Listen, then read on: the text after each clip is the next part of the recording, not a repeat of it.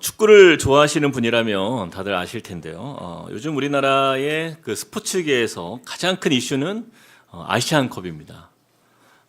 어제도 경기가 있었죠. 예. 지금 한참 예선전이 열리고 있는데요.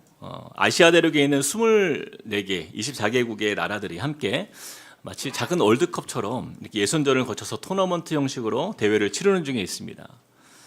그 중에 우리나라가요, 아시아에서는 그래도 축구 강국에 속합니다. 그런데 기사를 보니까 60년 이후에, 1960년 이후 64년간 한 번도 우승을 한 적이 없었다라고 이렇게 하더라고요. 그래서 많은 팬들과 이 전문가들이 그래도 이번에는 혹시라도 우승할 수 있지 않을까 하는 그 기대와 바람으로 이 대회를 주목하고 있다라는 것이에요. 그런데 이와 관련하여 뉴스 기사가 하나 올라와서 제가 관심 깊게 읽게 되었는데 뜻밖의 제목의 기사였습니다. 한국 축구의 주장이자 그 간판 스타인 손흥민 선수 아시죠? 이 손흥민 선수의 아버지 손흥정 씨를 인터뷰한 기사였는데 제목이 한국 아시안컵 우승하면 안 된다라는 제목이었어요. 그래서 내가 기사를 잘못 읽었나 하고 다시 읽어보았습니다. 확실해요. 한국 아시안컵 우승하면 안 된다. 아니, 한국 아시안컵에서 가장 주목받는 선수가요, 손흥민 선수 아닙니까? 근데 그 손흥민 선수의 아버지라 한다고 하면 당연히 이 아들이 속한 이 한국 국가대표가 대회에서 우승해서 나라의 그 명예를 막 높이고 또 아들도 몸값이 막 더 올라가기를 바라는 것이 상식이 아닙니까? 그런데 내용을 보니까 좀 놀라웠어요. 이 손흥민 선수의 아버지 손흥정 씨는요, 인터뷰에서 이렇게 말하더라고요. 한국 축구의 수준이 이 대회를 우승할 만한 수준이 되지 못하기 때문에 절대 우승하면 안 된다라는 거예요. 만약에 혹시라도 운이 좋아서 우승을 한다라고 하면 앞으로 한국 축구는 병들 것이다. 이렇게 실력적으로 준비가 덜 된 상태에서 우승해버리면 그 결과만 가지고 아무 변화 없이 얼마나 또 우려먹겠냐. 바로 그래서 한국 축구가 병들까 걱정이다라고 이렇게 말한 거예요. 그리고 한국 축구 팬이라고 한다면 더 기분 나쁠 만한 이야기를 추가했어요. 한국과 일본 팀 중 어느 나라가 더 우승에 가깝냐 이렇게 물어보더라고요. 그 기사에 이렇게 대답했습니다. 선수들의 개인기량과 훈련의 양을 따져볼 때 한국은 일본의 게임도 안 된다. 우리 한국 축구인들은 반성해야 한다. 이렇게 일침을 가하는 글을 보았어요.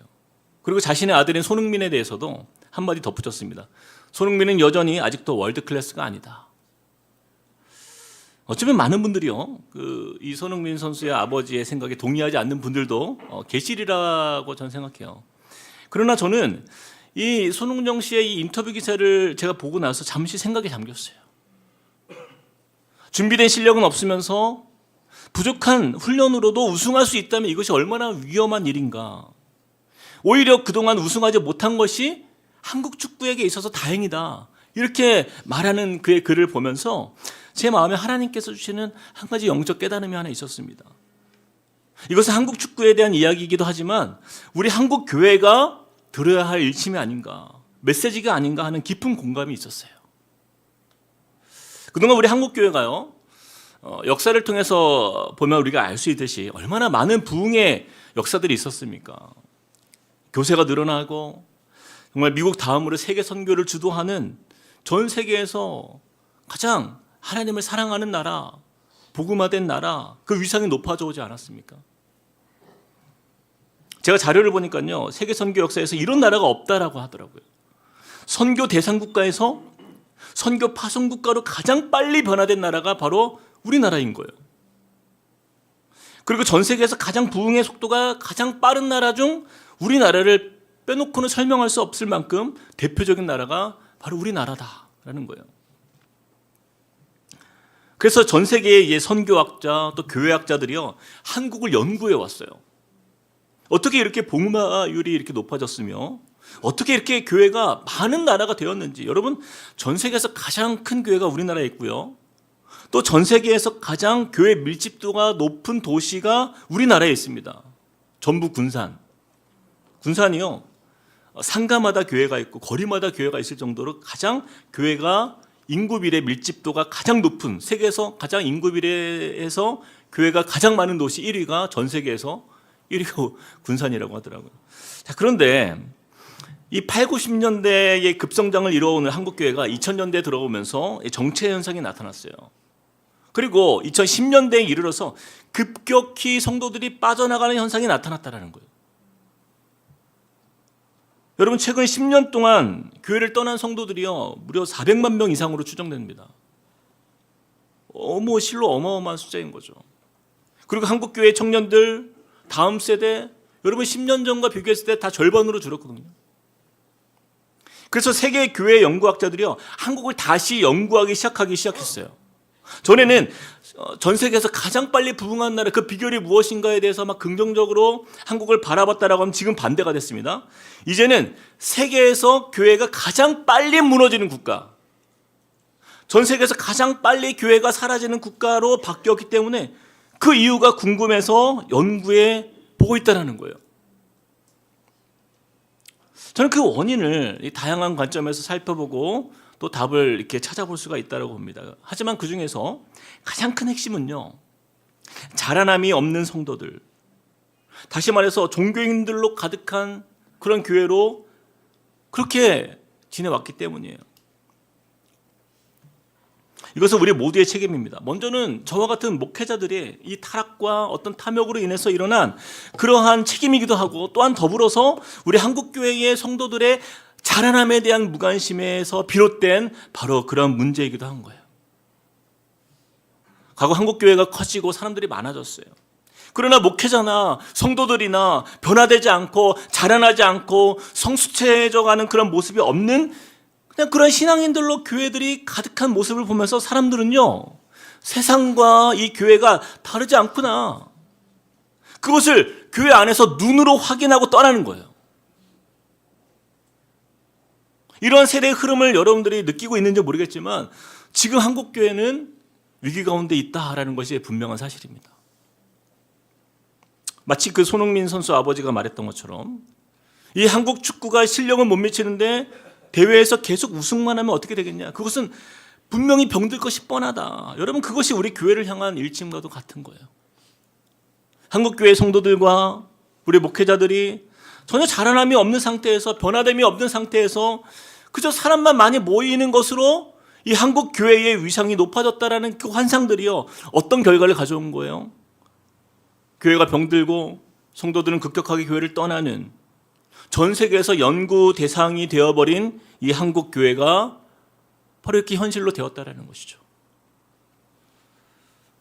모르겠습니다. 제가 목사로서 이런 말이 맞는지 모르겠지만 저와 여러분이 예수님을 닮아가고 자라가고 변화되는 것에 관심을 두지 않으면 우리는 오히려 부흥하지 않는 것이 모두를 위해서 옳을지도 모르겠습니다. 제가 오늘 말씀을 준비하는데 참 마음이 무거웠어요. 이런 생각 저런 생각을 해보면서, 그렇다면 과연 우리 함께 꿈꾸는 교회는 과연 제대로 가고 있는가, 이 질문을 피할 수가 없었습니다. 요즘에 신기하게도요, 매주 새 가족들이 오세요. 몇 달째 계속 등록하시는 분들이 계세요. 근데 여러분, 한번 생각해 보세요. 사람들이 계속 교회를 찾아오니까 우리 교회는 건강한 교회입니까? 마치 한국 축구가 이유 불문하고 우승만 하면 되는 것처럼 그냥 교회가 부흥만 하면, 사람들이 많이 모이면 좋은 교회로 칭찬받는 것일까요? 저는 절대 아니라고 생각해요. 우리의 실력을 보자고요. 우리의 실력을. 겉으로 보기에 사람들이 찾아오니까 괜찮아 보이는 교회가 아니라, 정말 우리 교회가 사람들이 모일 만한 건강한 교회로, 정말 그 성숙함의 실력을 가진 그 예수 그리스도께까지 자라가기를 힘쓰는 그 신앙의 능력이 그러한 성도들이 있는 교회인지를 우리는 따져보아야 하는 것이죠. 교회 안에 어떤 미성숙한 다른 사람들을 우리가 떠올릴 필요가 없어요. 정직하게 그냥 나 자신을 보자고요. 나 자신을. 과연 나는 그 성숙함의 실력을 갖추기 위해서 지금 무엇을 하고 있는가? 우리가 깊이 고민해 보아야 된다는 것입니다. 여러분, 이 고민이 없으면요, 우리 함께 꿈꾸는 교회는요, 앞으로도 마찬가지예요. 빛 좋은 개살구처럼 그냥 그렇게 겉모양만 번지르르한 교회가 될 수밖에 없어요. 많은 새가족들이요, 저희 교회를 우리 교회를 찾아올 때 여러 정보를 가지고 찾아옵니다. 그리고 결정적으로 우리 교회 등록하실 때 그래도 이찬수 목사님께서 담임하시는 그 분당우리 교회에서 분립했으니 그래도 믿을만 하겠지. 제가 최근에도 새 가족 이렇게 신방하면서 그 이야기를 또 들었어요. 그래도 함께 꿈꾸는 교회의 담임 목사님이 어떤 분인지 모르겠지만, 그리고 성도님들은 어떤 성도님들이 계신지는 나는 잘 모르겠지만, 그래도 이찬수 목사님이 담임하시는 그 분당우리 교회에서 분립했다라고 한다면 그래도 믿을 수 있을 거야.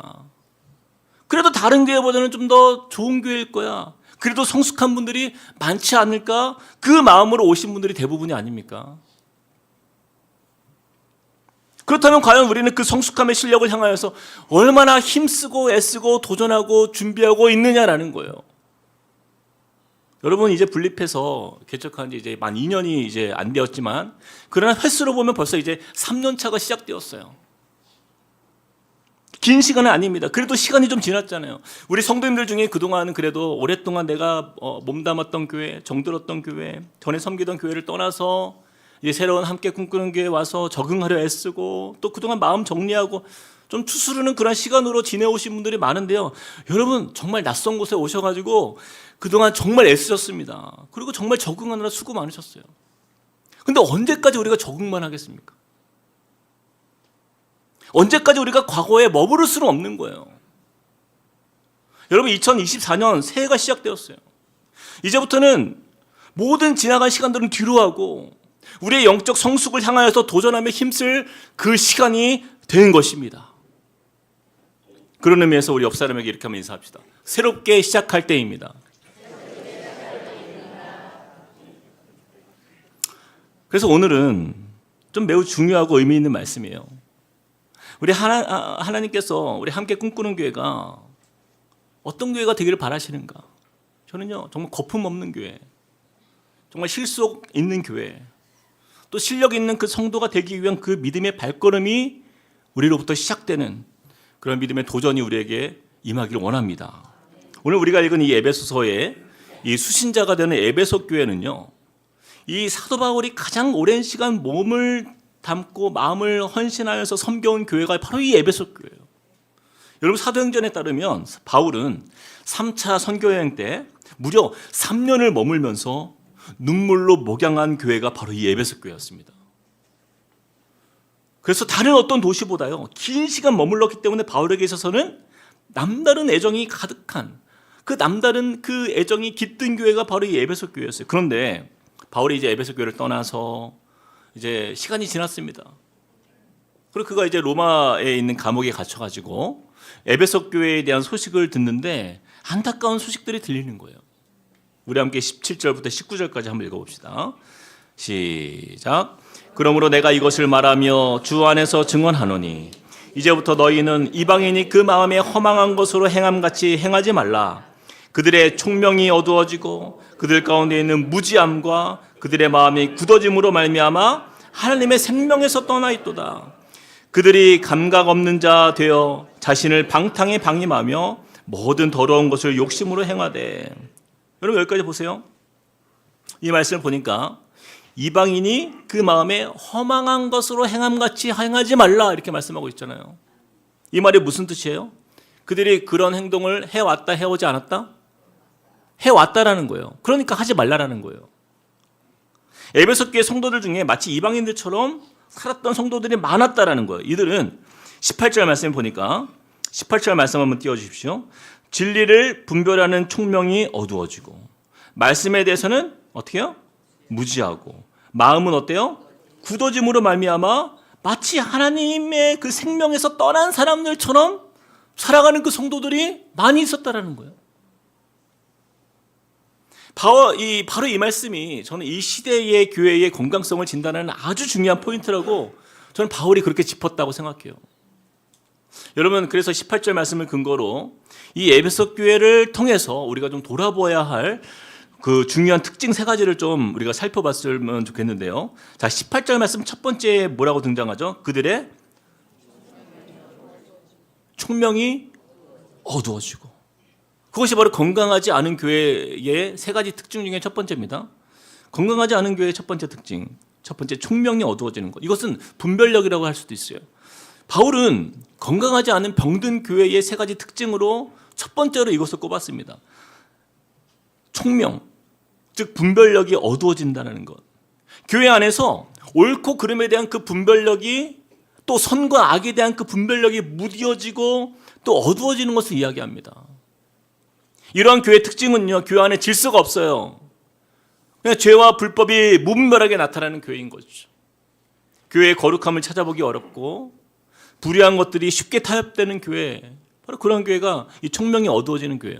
자, 두 번째는 뭐라고 나오죠? 거기에 보니까 자, 무지함에 대해서 합니다. 그들의 총명이 어두워지고 그들 가운데 있는 무지함과, 이 두 번째 특징이에요. 건강하지 않은 교회의 두 번째 특징은 말씀에 대해서 무지한 겁니다. 성도들이 하나님의 말씀에 대해서 무지해요. 성경을 읽지도 않아요. 말씀을 들으려 하지 않아요. 큐티도 안 하고 말씀에 대한 연구도 없고 겨우 그냥 주일에 딱 한 번 그냥 교회 와서 잠깐 말씀 듣는 것이 일주일에 유일하게 말씀을 접하는 자리예요. 근데 그 시간도 빨리 끝났으면 좋겠어. 정말 빨리 끝났으면 좋겠어요. 그래서 예배가 조금만 길어지면 끝나고 바로 연락이 와요. 목사님, 오늘 왜 이렇게 예배가 길어요? 이러한 성도들로 교회가 가득하면 영적 영양실조에 걸리는 거예요. 우리 영혼이요, 마른 뼈와 같이 영적 빈곤 상태에서 신앙생활을 할 수밖에 없는 거죠. 말씀에 대해 무지하니까 어때요? 이단을 만나도 대응할 능력이 없어요. 세상 풍조의 흐름 속에 엄청난 그 홍수와 같은 세상 풍조가 나에게 다가오는데도 신앙의 줏대가 없으니까 어떻게 돼요? 이리 휩쓸리고 저리 휩쓸리고, 그 알곡과 쭉정이 그 비유처럼 그냥 쭉정이가 되어서 그냥 바람이 나는 이리 불면 이리 가고 저리 불면 저리 흔들리고 신앙의 중심이 없어요. 그런 성도들로 가득하게 되는 거죠. 그 두 번째 말씀에 대해 무지하기 때문이에요. 세 번째 보면 뭐라고 나오죠? 거기 보면 자, 그들의 총명이 어두워지고 18절에 두 번째는 무지함이 있고 그들의 마음이 어때요? 굳어짐으로 말미암아. 자, 세 번째는요, 이 건강하지 않은 교회의 세 번째 특징은 마음이 굳어진 성도들로 가득한 거예요. 마음이 딱딱하게 굳어 있어요. 이런 성도들은요, 이렇게 교회가 이런 성도들로 가득하게 되면 하나님의 말씀을 들어도 반응하지 않습니다. 말씀이 마음에 뿌리내릴 공간이 없어요. 예배를 들어도 감격도 없고 감동도 없고 은혜도 없어요. 딱히 뭐 은혜를 사모하는 마음이나 기대하는 마음조차 없어요. 내가 뭐 크리스찬이기 때문에 교회 뭐 주일날 내가 한번 가주는 거지. 예배당에 나와서 그냥 이렇게 안 빠지고 내가 그냥 나온 것만으로도 그냥 내 할 일 다 했다라고 생각할 수밖에 없는 거예요. 자, 사도 바울이 교회 안에 이 세 가지 특징들, 분별력이 어두워지는 것, 말씀에 대해 무지한 것, 마음이 딱딱하게 굳어지는 것, 이러한 현상들이 에베소 교회 안에 나타날 때에 그가 무엇으로 도전하고 있습니까? 여러분 20절과 21절을 같이 한번 읽어봅시다. 시작. 오직 너희는 그리스도를 그같이 배우지 아니하였느니라. 진리가 예수 안에 있는 것 같이 너희가 참으로 그에게서 듣고 또한 그 안에서 가르침을 받았을진대. 자, 바울은 에베소 교회의 문제를 진단하면서 그들이 변화될 수 있도록 또 자라날 수 있도록 예수 그리스도의 성품을 닮아 성숙해져 가기를 기대하는 마음을 가지고 그 돌파구를 무엇을 찾는 거예요? 바로 진리에 대해서 배움과 가르침이에요. 진리에 대해서 배우고 가르치는 거예요. 이것을 한마디로 표현하면요, 이것을 훈련이라고 할 수 있는 거예요. 훈련. 바울은 지금 로마의 감옥에서 이 편지를 쓰고 있지만 그 지난 과거의 3년의 시간 동안 그 두란노 서원에서 그 에베소 교인들을 가르칠 때에 너희가 진리에 대하여 훈련받는 것, 그것을 기억하고 그 배운 대로 너희가 행하고 가르치라, 이렇게 말씀하고 있는 거예요. 여러분, 이것이 무엇을 의미합니까? 교회는 배움과 가르침으로, 즉 훈련을 통해서 진리 안에서 성장해 갈 수 있다는 거예요. 사랑하는 여러분, 내가 좋은 교회 다니면, 내가 좋은 교회라고 소문난 교회를 다니면 저절로 내가 좋은 교인이 됩니까? 여러분, 절대 착각하면 안 돼요. 참 정말 이런 교회가 없어 하는 그 교회를 내가 가면 그 교회는 그때부터 진짜 좋은 교회가 아니에요. 우리가 교회이기 때문에. 저와 여러분이 교회이기 때문이에요.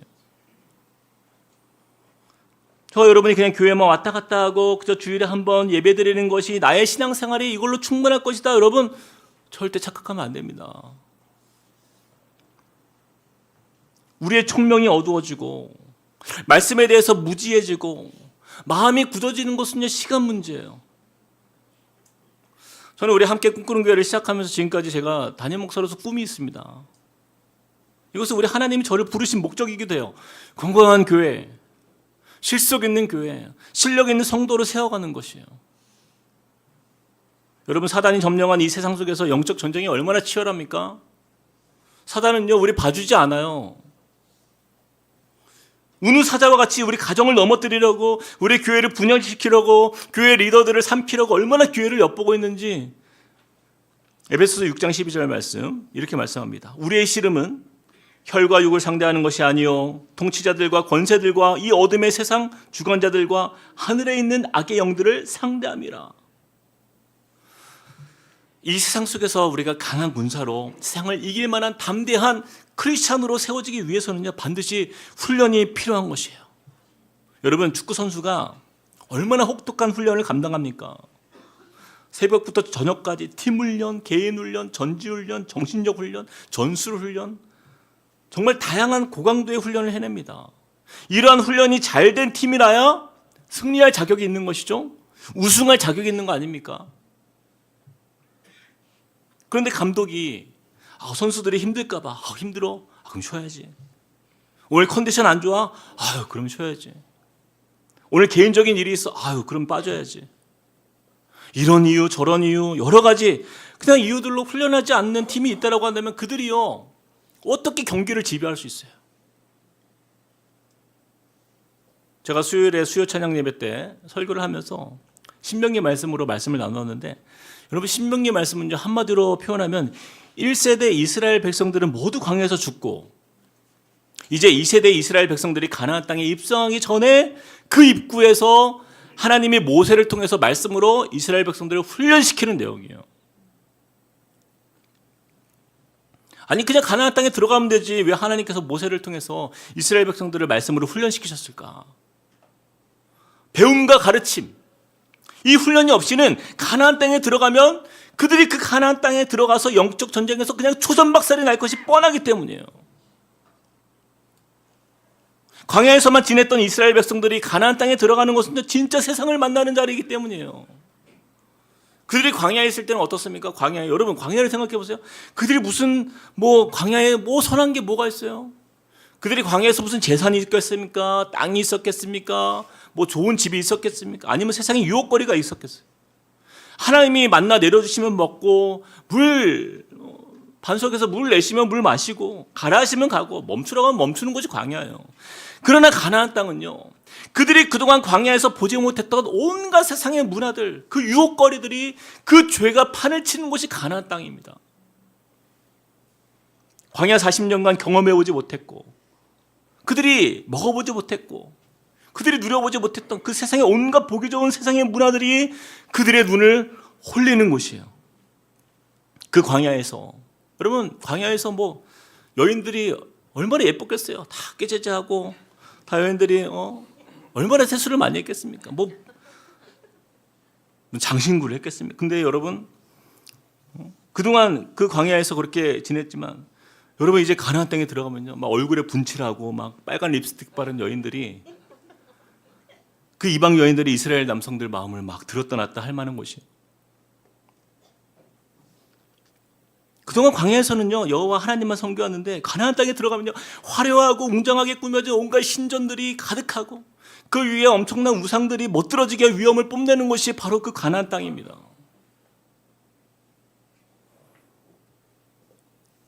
제가 수요일에 그런 표현을 했어요. 이스라엘의 이 광야 촌놈들, 죄송합니다, 이 표현이 가장 잘 어울려요. 근데 이 가장 잘 어울리는 표현이 광야의 촌놈들. 그들이 진리의 말씀으로 훈련받지 않고 말씀으로 무장하지 않고 가나안 땅에 들어가면 어떻게 되는 거예요? 하나님 찾을까요? 말씀을 의지할까요?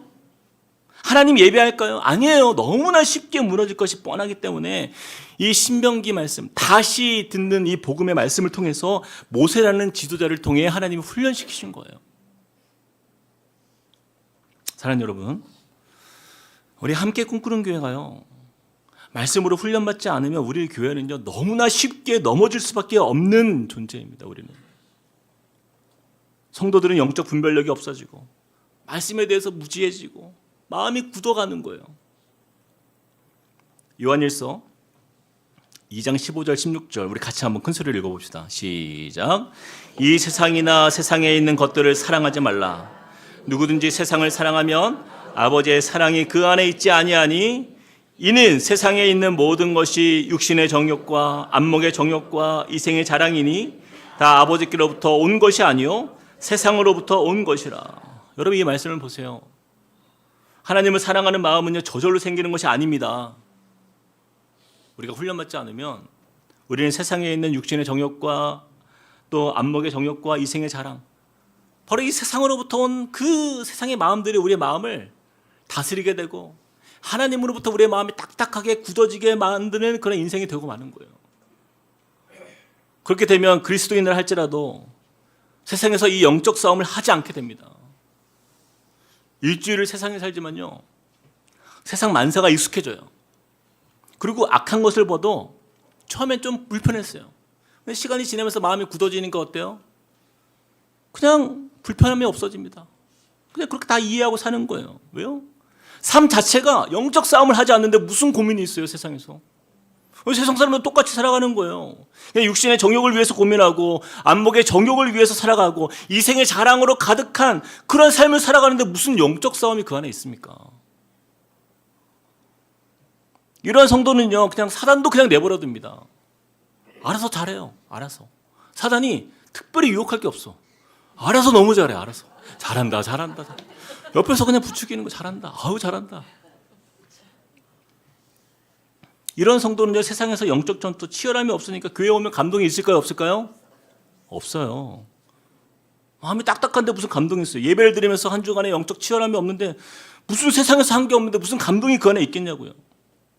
예배 자리에 와도 드는 생각이 오로지 육신적인 생각. 오늘 말씀이 왜 이렇게 길지? 오늘 예배 끝나고 뭘 먹어야 되지? 오늘 시간이 많네? 어디 갈까? 온갖 생각이 육신적인 생각. 그걸로 가득한데 무슨 기대감이 그 안에 있겠냐고요. 그런데 반대로 어떤 성도님은 훈련을 통해서 변화를 기대하는 성도님들이 있습니다. 예수 그리스도께까지 자라가기 위해서 힘쓰고 작년보다는 올해보다는 내년이 더 성장하는 그 신앙인이 되기 위해서 기회를 찾아서 그냥 우선순위를 내가 자라가는 것에 두는 거예요. 그렇게 배우고 도전하는 성도님들이 계세요. 이분들은요 매주마다 나에게 주신 하나님의 말씀의 그 도전이 내 삶에 적용되어지기를 바라면서 그 일주일간을 가정에서 직장에서 삶에서 치열하게 세상에서 영적 전쟁을 하며 살아가는 성도들이 계세요.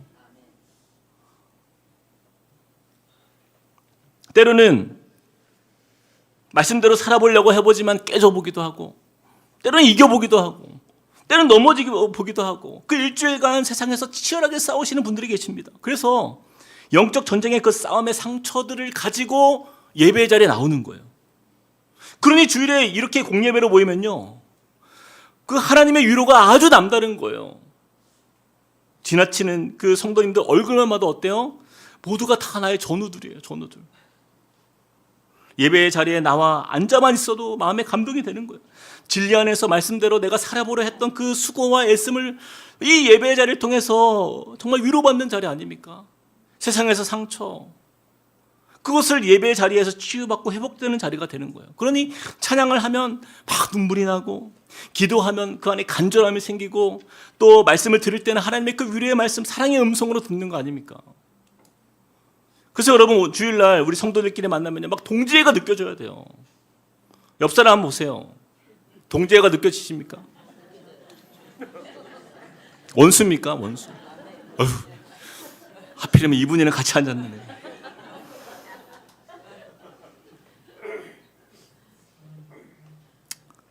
제가 너무 안타까운 게 한 가지가 있어요, 여러분. 교회 와서 막 성도들을 봐도 막 무슨 버스나 지하철에서 만난 사람이에요. 뭐 대면 합니다. 그냥 뭐. 딱 쳐다보고 저분도 교인이었네? 왜 그런 거예요? 왜 이렇게 아무런 감동이 없습니까? 세상에서 영적인 치열함이 없어요. 싸우지 않아서가 아닙니까? 전우애가 없어요. 막 서로를 축복합시다 해도 막 얼굴을 못 쳐다봐요. 세상에서 영적 싸움을 한 게 없는데 무슨 축복이 필요하고 무슨 위로가 필요합니까? 일주일간 편하게 지냈는데. 사랑하는 성도 여러분, 한번 저를 따라해 봅시다. 우리 화면을 보시면서. 교회 공동체의 모임은 훈련받은 성도들이 세상을 향하여 나아가서 치열한 영적 싸움을 싸우고 돌아와 하나님과 성도들에게 위로받는 자리이다. 여러분, 이것이 교회 공동체의 모습이에요. 여러분, 제발 부탁드리는데 반대로 하지 마세요. 꼭 청개구리 같은 성도님들이 계세요. 교회에 와서 막 치열하게 싸우고 세상에 나가서 막 교회 욕하면서 친구들에게 위로받는 분들이 계세요. 우리는 절대 그런 사람이 되면 안 됩니다. 그래서 우리는요, 훈련을 받아야 돼요. 훈련을. 여러분, 이번에 우리 교회가 이제 제자훈련 2기를 모집하고 또 그러고 있는데, 제가 솔직한 이야기 하나 할게요. 우리 성도님들에게 제가 좀 실망할까 걱정하는 게 부분이 바로 그 부분이에요. 제가 아까 농담으로 이렇게 뭐 들어올 때마다 이렇게 몇 장이 줄었나 이렇게 본다고 했죠. 진짜입니다. 농담 아니에요. 진짜예요. 이건 제 심정이. 그러면 제가 섬겼던 예전에 어떤 교회에서는요, 제자훈련을 받고 싶어도 자리가 없어서 모자라서 떨어뜨리는 게 고민이었어요. 떨어뜨리는 게. 어떻게 떨어뜨려야 되나. 한정돼 있으니까 자리가. 어떤 교회는요, 훈련 자체가 없어요. 그래서 받을래야 받을 수가 없는 교회들도 있어요.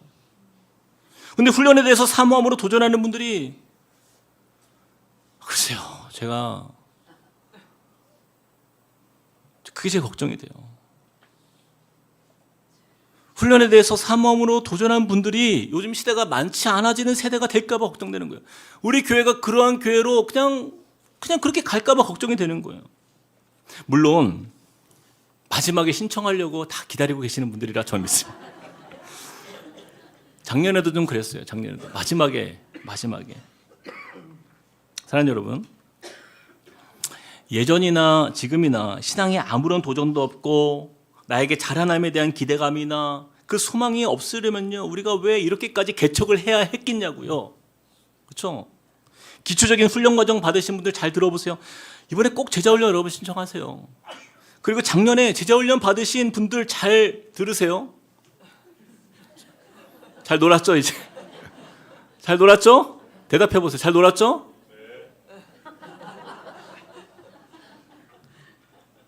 빨리 사역훈련 신청서 내시기 바랍니다.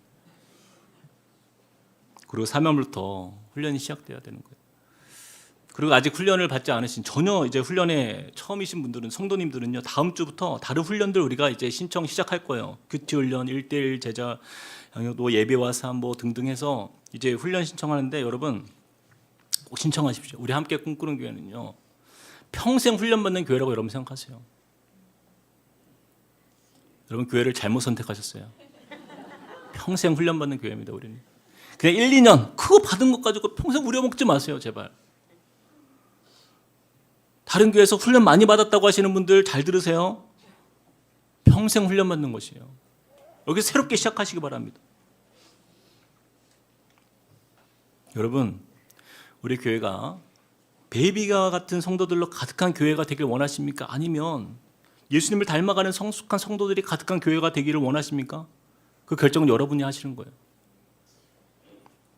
여러분, 교회 건강성을 무엇으로 도대체 판단하시려고 하시는 거예요? 여러분, 어떤 분은요, 담임 목사가 누구인가 그렇게 관심이 많아요. 그래서 저한테 많이 물어보시는 분이 계세요. 목사님은 도대체 어떤 분이십니까? 여러분, 제가요, 저는 이렇게 믿어요. 최악의 교회는 담임 목사 의지하는 교회예요. 이것만큼 최악의 교회가 없어요. 여러분, 혹시라도 이 탁병진 목사가 엄청 능력 있고 막 권능 있는 유명한 목회자가 되기를 바라시는 분들이 계십니까? 그래서 교회가 유명해지기를 원하시는 그런 성도들이 있나요? 제가 한 가지 말씀드릴게요. 제가 하나님께 조용히 물어봤어요. 그래, 가능성이 있는지. 근데 그럴 리는 전혀 없으니까 걱정하지 말래요. 전혀 걱정하지 말래요. 하나님이 그럴 일은 없으니까 걱정하지 말아라. 여러분, 그런 식으로 교회가 부흥하는 교회가 가장 위험한 교회입니다. 담임 목사가 유명해져서 교회가 커지면요, 그 목사가 교만해지고 타락해지면 어떨 거예요, 여러분? 어떻게 할 거예요? 어떻게 책임질 거예요? 그건 예수님이 바라시는 교회 성장이 아니잖아요. 하나님은 여러분 한 사람 한 사람이 분별력이 어두워지지 않고 말씀이 무지해지지 않고 마음이 딱딱하게 굳어지지 않는 성도, 그리스도 안에서 배우고 그에게서 듣고 진리 안에서 가르침을 받는 그런 훈련을 통해서 날마다 성장하고 성숙되어가기를 원하신다라는 것을 꼭 기억하시길 바랍니다. 이것이 바로 우리 함께 꿈꾸는 교회의 우리의 모습이 되어야 되는 거예요. 저는 그런 교회를 꿈꿉니다. 아무리 미성숙한 성도들이 우리 교회를 찾아와도 우리 교회 성도님들이 성숙하니까, 훈련되어진 성도들이니까 그들을 품어낼 수 있는 교회가 돼야 돼요. 그래서 그 미성숙한 사람도 변화되어서 그 성숙함의 자리까지 자라가는 그런 교회가 되는 것이 우리의 꿈입니다. 또한 아무리 상처 많은 성도님들이 이렇게 함께 꿈꾸는 교회에 와서도 그들이 그 성숙한 우리 성도님들의 그들의 그 상처를 만져주시고 위로해 주시는 그 우리 성도들의 그 치유하는 그 사랑을 통해서 그들이 회복되고, 그래서 하나님의 나라를 세워가는 일꾼으로 세워지는 그런 교회가 되는 거예요. 여러분, 저는 이 꿈을 포기할 수 없어요. 우리 마지막으로 에베소서 4장 13절부터 15절까지 우리 같이 한번 읽어보겠습니다. 우리가 지지난주에도 이 말씀을 나누었지만 우리 같이 한번 큰 소리로 기억하면서 읽어볼까요? 시작. 우리가 다 하나님의 아들을 믿는 것과 아는 일에 하나가 되어 온전한 사람을 이루어 그리스도의 장성한 분량이 충만한 데까지 이르리니, 이는 우리가 이제부터 어린아이가 되지 아니하여 사람의 속임수와 간사한 유혹에 빠져 온갖 교훈의 풍조에 밀려 요동하지 않게 하려 함이라. 오직 사랑 안에서 참된 것을 하여 범사에 그에게까지 자랄지라. 그는 머리니 곧 그리스도라. 사랑하는 성도 여러분, 올해 우리 교회의 표어가요, 온 세대가 함께 자라가는 하모니 공동체 아닙니까? 우리가 하모니를 이룬다는 것은요, 저 같은 목회자뿐만 아니라 우리 성도들의 성숙함이 함께 요구되어지는 거예요. 온 교회가 함께 예수의 꿈을 꾸면서 또 주님께서 우리 교회를 통해서 펼치실 그 아름다운 꿈을 이루어가기 위해서 여러분, 고될지라도 힘들지라도 우리가 훈련받기를 사모하고 진리의 말씀으로 무장해서 이 악한 세대를 거스려 치열하게 싸우며 승리하는 믿음의 삶이 되시길 주님의 이름으로 축복드립니다. 우리 시간 찬양하시겠습니다. 우리 들은 말씀을 기억하면서, 우리 아까 불렀던 찬양인데 우리가 새 찬양이라 조금 낯설 수 있어요. 그런데 저는 이 가사가 참 제 마음에 크게 와닿는 가사가 있어요. 이런 믿음과 삶을 살아내는 그 실력이 너무나 다른 내 모습을 우리가 마주하지 않습니까? 근데 이 모습도 주님께서 사랑하세요. 그러나 거기서 머물러 있지 아니하고 주님이 주시는 그 힘과 능력을 의지하여서 우리가 자라가기를 힘써 나아갈 때에 주님께서 그 안에서 역사하실 줄 믿습니다. 우리 그 가사의 고백을 가지고 함께 우리 배우며 함께 찬양해 보겠습니다. 믿음과 삶을, 믿음과 삶을 살아내는 실력이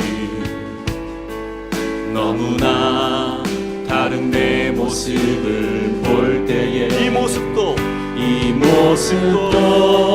주가 사랑하실 자신 없는 내 모습, 그저 주님 앞에 있네.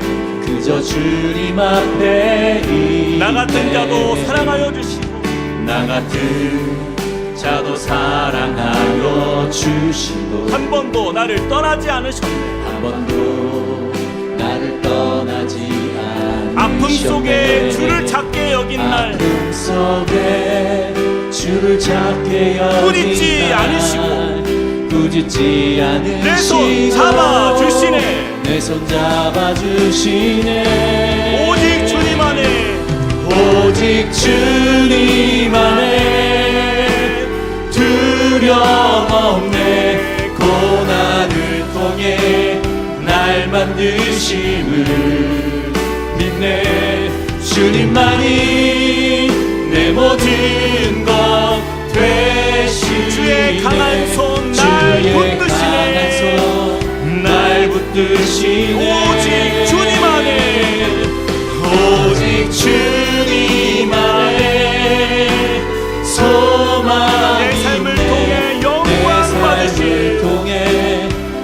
영광 받으시니 주님만이 내 모든 것 되시네. 주님만이 내 모든 것 되시네. 주의 선하신 나 우리 다시 한번 고백합시다. 믿음과 삶을 살아내는 실력이 믿음과 삶을 살아내는 실 너무나 다른 내 모습을 볼 때 너무나 다른 내 모습을 볼 이 모습도 주가 사랑하실까? 모습도 주가 살아가시 자신 없는 내 모습 자신 없는 내 그저 모습 주님 앞에 있네. 그저 주님 앞에 나 같은 자도 사랑하여 주시고 나 같은 자도 사랑하여 주시고 한 번도 나를 떠나지 않으셨네. 한 번도 나를 떠나 그 사랑이 우리와 함께합니다. 아픔 속에 주를 작게 여긴 날 속에 주를 작게 부딪지 여긴 않으시고 날 부딪지 내 손 잡아주시고 우리 일으키시는 주님을 부르자며 오직 주님 안에 두려움 없네. 오직 주님 안에 두려움 없네. 고난을 통해 날 만드심을 믿네. 주님만이 내 모든 것 되시네. 주의 강한 손 날 붙드시네. 오직 주님 안에 오직 주님 안에 소망이 있네. 내 삶을 통해 영광 받으실 주님 주님만이 내 모든 것 되시네. 내 모든 것 되시네. 주의 선하심 나 노래하네. 우리 같이 한번 눈을 감고 주님 앞에 우리의 마음을 드리며 기도할 때에 여러분 자 우리 안에 그러한 감격이 없다면 정말 주님을 향한 기대감이 없다면 여러분 이 시간 다시 한번 시작하는 거예요. 어쩌면 우리도 모르게 그들의 총명이 어두워지고 그들 가운데 있는 무지함과 그들의 마음이 굳어짐으로 말미암아 하나님의 생명에서 떠난 것처럼 살아가는 그러한 멈춰있는 신앙, 전혀 내가 이방 사람과 하나님의 백성으로서의 구별됨이 없는 것 같은 아무런 자라남이 없고 변화되지 않는 삶이었다라고 한다면 이 시간에 다시 한번 주님 앞에 우리의 마음을 드립시다. 주님이 우리에게 주신 은혜의 기회를 우리가 놓치지 않길 원해요. 주님, 내 마음을 다스려 주십시오. 내가 정말 주님의 그 은혜 앞에서 이 세상을 분별할 수 있는 은혜를 허락하여 주시고 또한 말씀에 대해 무지했던 관심 없었던 내 관심이 주님께 회복되게 하여 주시고 하나님 우리의 마음에 그 굳어졌던 마음이 아주 부드러운 살과 같은 하나님의 은혜의 마음으로 회복되어서 하나님 내가 주님께 가까이 나가기를 힘쓰고 배우기를 힘쓰고 하나님 훈련받기를 힘쓰고 주님 앞에 자라가기를 힘쓰는 그런 성숙한 믿음의 삶으로 우리를 이끌어 달라고 우리 같이 한번 기도하며 나가시겠습니다. 사랑과 은혜 하나님 주님을 의지합니다. 하나님의 마음을 주 앞에 드리며 나아갑니다. 하나님 우리가 아버지 하나님 무엇으로 이 땅 가운데 세상 가운데 우리가 아버지 하나님 승리하는 것으로 살아가는 하나님 정말 우리가 때로는 너무나도 우리가 하나님 주님 앞에 관심이 없고 우리가 주님 앞에 사랑이 없고 하나님 우리가 너무나도 아버지 하나님 가운데 사랑 가운데 모습이 너무 많았습니다. 하나님 우리가 영적 싸움을 살아요. 이 땅에 부르심을 받은 주님의 사람이지만 그러나 아버지 하나님 우리가 너무나도 무디어져 있고 하나님 그저 어느 순간 멈춰있는 우리의 삶을 주 앞에 회개하며 나아갑니다. 하나님 우리가 건강한 교회를 꿈꾸며 함께 모였지만 그러나 우리가 그러지 못하였던 우리의 모습을 주여 용서하여 주시는 것을 하나님 우리가 다시 한번 마음을 다잡습니다. 주님께 우리의 삶을 드립니다. 우리의 마음을 드립니다. 우리 가운데 이루신 주님을 기대합니다. 하나님 우리에게 부르신 그 목적대로 하나님의 뜻을 이루어가는 주님의 삶을 하나님 우리가 믿음으로 살아갈 수 있는 은혜를 허락하여 주시고 하나님 우리의 마음이 아버지 하나님 주님의 마음과 같이 될 수 있고 하나님 주님의 마음을 가장 잘 헤아리는 교회가 될 수 있고 주여 역사하여 주시고 은혜도 하여 주시옵소서. 하나님 그렇게 주님께 맡긴 나의 삶이 하나님 주님이 붙드실 줄 믿습니다. 때로는 고되고 힘들고 어렵지만 그러나 그 주님의 능력 안에서 우리를 일으키시고 하나님 자라게 하시는 그 하나님의 능력을 보게 하여 주시옵소서. 하나님 역사하여 주시고 하나님 그런 은혜의 감격이 솟아나고 예배 자리에서 정말 주님과의 그 만남이 기쁨이 있고 소망이 있는 하나님 주님의 교회가 될 수 있도록 은혜 더하여 주시옵소서. 우리의 마음을 다스려 주시고 우리의 삶을 이끄신 주님을 믿습니다. 주님께 헌신된 주의 백성으로 우리가 함께 힘써 자라가는 믿음의 자녀 되게 하여 주시옵소서. 주여 역사하여 주시옵소서. 우리 이어서 한 번 더 기도합시다. 우리 교회를 위해서 함께 기도합시다. 여러분 함께 꿈꾸는 교회가요 이제 3년차가 되었어요. 횟수로 3년차가 되었습니다. 저는 우리 교회가 참 걱정되는 것이 하나 있어요. 그냥 겉만 번지르르한 교회, 그냥 소문만, 어떻게 그렇게 어떤 그 유명한 목사님 또 교회 유명한 교회에서 분립돼서 사람들이 그런 기대감을 가지고 이 교회에 왔는데 막상 와보니까 아무것도 없네. 뭐 세상과 크게 다르지 않네. 세상 교회와 뭐가 다른가? 왜 이 교회가 또 생겨야 되는가? 거기에 저 의문을 갖는 성도들이 혹시라도 나온다면 우리는 회개해야 돼요. 여러분 우리 함께 꿈꾸는 교회를 위해서 기도해 주시기 바랍니다. 우리 모든 성도들 우리를 위해서 함께 기도합시다. 하나님 우리 교회가 정말 주님 진리의 그 말씀 안에서 자라가고 있습니까? 훈련되고 있습니까? 배워가기를 힘쓰고 있습니까? 주님 우리의 교회가 그렇게 주님께서 뜻하신 교회가 되기 위해서 우리가 마음을 모으는 공동체가 되게 하여 주시옵소서. 우리가 하나 되어서 주님의 영광을 높이며 하나님께서 기뻐하시는 자를 향하여서 훈련되어지고 자라가기를 힘쓰며 예수 그리스도께까지 함께 그 목적을 두고 자라가는 그러한 성숙한 교회 공동체가 될 수 있도록 은혜를 달라고 우리 같이 한번 주여 은혜를 주옵소서 한번 외치고 기도하겠습니다. 주여 은혜를 주시옵소서. 사랑의 하나님 주님을 의지합니다. 하나님 우리 교회를 주 앞에 올려드리며 나아갑니다. 하나님 우리 함께 꿈꾸는 교회가 하나님 이 땅에 주님이 불러주시고 세워주신 그 의미가 무엇인지를 보게 하여 주시옵소서. 하나님 우리 모든 성도들이 함께 마음을 모아서 주님의 마음을 헤아리고 하나님의 뜻을 이루며 하나님 주님의 기뻐하시는 뜻을 향하여서 하나님 우리의 믿음의 삶을 드릴 수 있는 그러한 복된 교회가 되길 소망합니다. 하나님 그렇게 우리가 배워가고 자라가기를 힘쓰게 하여 주시옵소서. 내 자신을 내려놓고 하나님의 말씀이 하나님 든든할 때 하나님 우리는 너무나도 영적으로 분별력이 없고 말씀에 대부지하지만 또 우리의 마음은 연약하지만 그러나 주님 앞에 더욱더 가까이 가며 하나님의 은혜 안에서 회복을 누리며 하나님 말씀으로 강건해지며 주님을 더욱더 살아가는 그래서 주님 앞에 순종하는 믿음의 교회가 되게 하여 주시옵소서. 하나님 우리를 부르신 주님의 그 목적과 꿈을 이루어가는 함께 꿈꾸는 교회가 되도록 은혜 더하여 주시옵소서.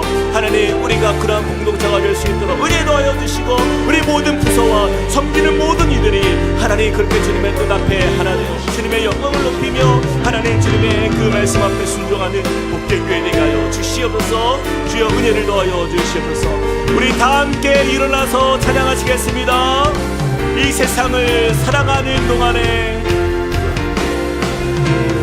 이 세상을 살아가는 동안에 나의 힘을 의지할 수 없으니 나의 힘을 의지할 수 없으니 기도하고 낙심하지 말 것은 기도하고 낙심하지 말 것은 주께서 참 소망이 되심이 주의 길을 걸어가는 동안에 주의 길을 걸어가는 동안에 세상의 것 의지할 수 없으니 세상의 것 의지할 수 감사하고 없으니 낙심하지 말 것은 감사하고 낙심하지 말 주께서 것은 참 기쁨이 되심이라. 주께서 참 기쁨이 되심이라.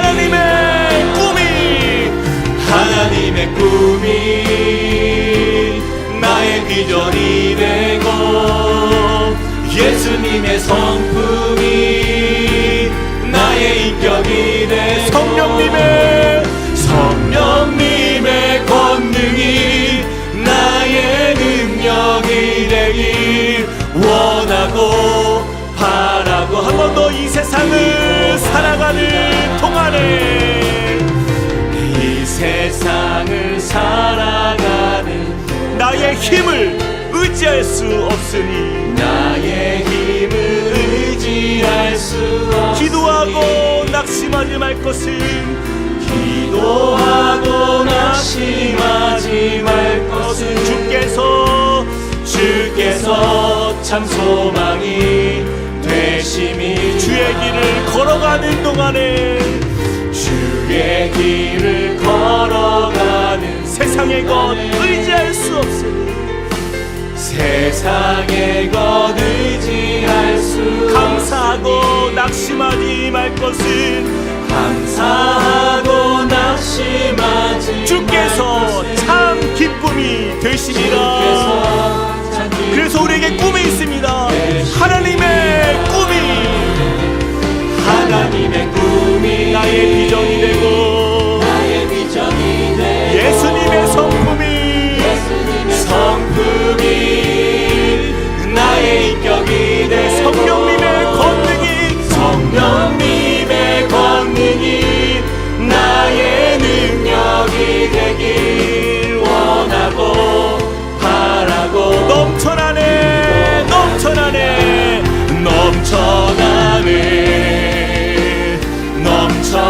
주를 향한 내 속의 갈망이 주를 향한 내 속의 갈망이 주님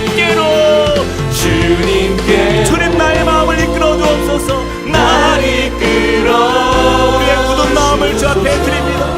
주님 우리의 마음을 부드럽게 하여 주시고 주님 넘쳐나게 우리의 마음에 주의 사랑을 부어 주옵소서.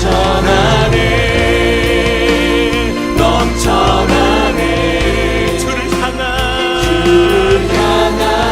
내 속의 갈망이 주님께로 날 이끌어 주소서. 주님을 더 원합니다. 주님을 더 원합니다. 주님을 더 원합니다.